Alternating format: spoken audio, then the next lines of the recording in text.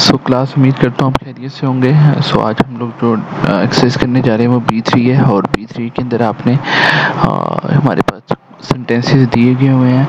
ये ऑर्डर के अंदर नहीं है तो इनको आपने ऑर्डर के अंदर लिखना है। तो इसका सलूशन आपके पास नोट्स में भी मौजूद है और ये मैंने भी आपके सामने ये B3 ये जो ये वाला आ रहा है।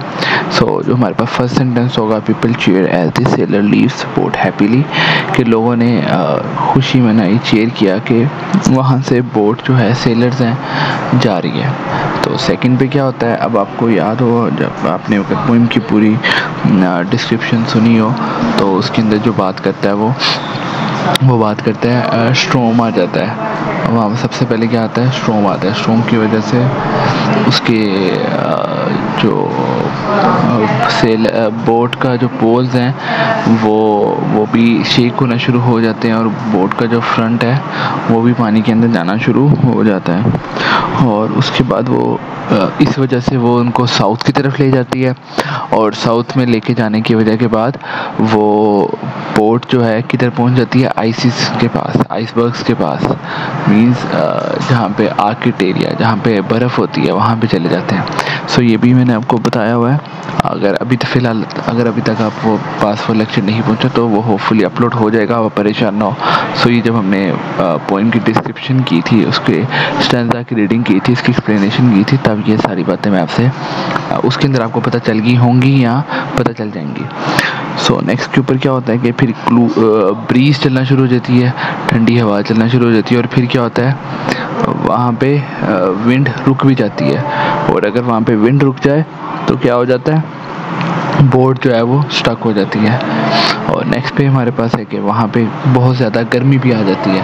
सो हर तरह का मौसम, हर तरह के वेदर और क्या कहते हैं हमारे पास कैटास्ट्रॉफी, मीन्स कैसे इवेंट्स, अनसर्टन इवेंट्स बताए गए हैं, जिस तरह के विंड और ये आइसबर्ग्स की तरफ जाना, वहाँ पे बहुत ज़्यादा सर्दी का होना।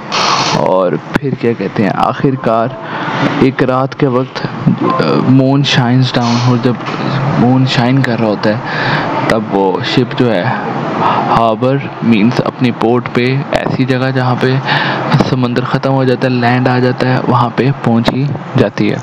सो ये हमारे पोइम का सीक्वेंस था। तो आप इसको सीक्वेंस के अंदर ही अपने सेंटेंसेस के साथ नंबर लिख लेंगे। बाकी अगर आपको किसी चीज़ की समझ नहीं आई होगी तो आप मुझसे कांटेक्ट करके मेरे से पूछ लेंगे। सो क्लास ये पेज नंबर 86 के ऊपर हमारी एक्टिविटी है। सो हमने वर्ड को किस तरह करेक्टली रीड करना है, वो वर्ड्स जिनके एंड पे ILY आ रहा है उनकी प्रोनाउंसिएशन आपने देखनी है।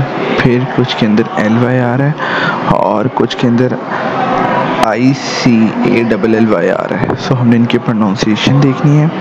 और थोड़ा सा मैं आपको अगर इसका ग्रामेटिकली बताता चलूँ तो हमने क्लास में भी काफ़ी दफ़ा डिस्कस किया है, तो आपको भी मतलब एक रिमाइंडर ही है कि जिन वर्ड के एंड के ऊपर LY आ जाता है वो मैक्सिमम ग्रामेटिकली रूल से हमारे पास एडवर्ब्स होते हैं। सो ये हमने सिंपल वर्ड से एडवर्ब्स बनाने हैं। सो ये आप प्रोनाउंसिएशन देखिएगा। सबसे पहले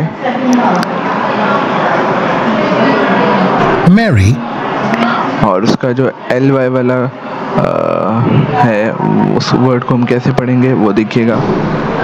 merrily, so happy, happy, happily, lucky, luckily, angry, angrily, अब हम नेक्स्ट पे चलते हैं।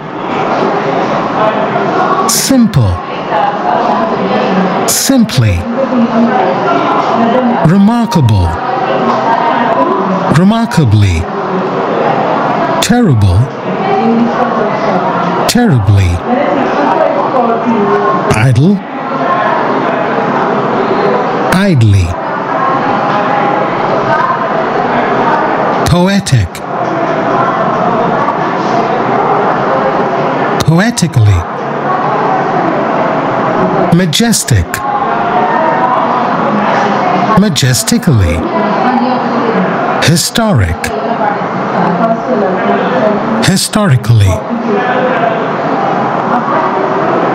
enthusiastic, enthusiastically, सो क्लास अब हमारे पास नेक्स्ट है C2 एंड C3 और याद रहे कि ये सारे वर्ड हमारे पास एडवर्ब हैं और यही वर्ड अभी हम लोग अपने C1 के अंदर रीड आउट करके आए हैं। सो पोइटिकली मीन्स ऐसे वर्ड जिसके अंदर रिदम की बात की जाए राइम के साथ, जो एक पोइम जिसके अंदर लिखी जाए उसको पोइटिकली कहते हैं।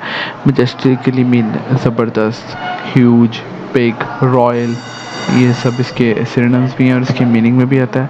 हिस्टोरिकली मीन्स जो कि पास्ट के अंदर हो चुका हुआ है। और नेक्स्ट ई हमारे पास आ जाएगा इंथ्यूजियास्टिकली मीन्स कुछ चीज़ जो जोश से, जिसके अंदर काफ़ी ज़्यादा इंसान एनर्जी पुट करे। और नेक्स्ट हमारे पास आ जाता है एफ मीन हैप्पीली मीन खुशी के साथ, जी आइडली मीन फ्री, और नेक्स्ट हमारे पास आ जाता है एच टेरिबली मीन सख्त तौर पे, बहुत ज़्यादा टेरेबल, ख़राबी के मायने के अंदर, नेगेटिव मीनिंग के अंदर ये वर्ड यूज़ होते हैं टेरिबली। और नेक्स्ट हमारे साथ अब हमारे पास आ जाता है आई लकीली मीन किस्मत के तौर पर। और लास्ट हमारे पास आ जाता है C3 के अंदर अब हमारे पास उन्होंने हमें वर्ड्स दे दिए हुए हैं। अब हमने उन वर्ड्स के एडजेक्टिव बनाने हैं। अब वो जो एडजेक्टिव बनाने हैं उसके अंदर हमने ly ऐड कर लेना है और जिसके बाद जब हम ly ऐड कर देंगे तो हमारे पास वो क्या बन जाएंगे, एडवर्ब बन जाएंगे। सो C3 के अंदर क्लास हमने हमारे पास वर्ड्स हैं। अब उन वर्ड्स के हमने एन पे ly ऐड कर देना है, किसी के एन पे ICALL। सो क्लास अब हमारे पास नेक्स्ट है C3 और C3 के अंदर हमने IL ऐड कर देना है और वो हमारे पास क्या बन जाएंगे, एडवर्ब बन जाएंगे। अब जो हमारे पास एडवर्ब्स होते हैं वो क्या करते हैं, वर्ब के मीनिंग को इन्हांस करते हैं। और पॉसिबल का पॉसिबली, मैजिक का मैजिकली, प्रिटी का प्रिटीली। नेक्स्ट हमारे पास इलेक्ट्रिक का इलेक्ट्रिकली, फैशनेबल का फैशनेबली, लास्ट पे लेज़ी का लेज़ीली। सो ये हमने हमारे पास वर्ड्स हैं, इनकी क्या बना दिया है, एडवर्ब्स बना दिया है।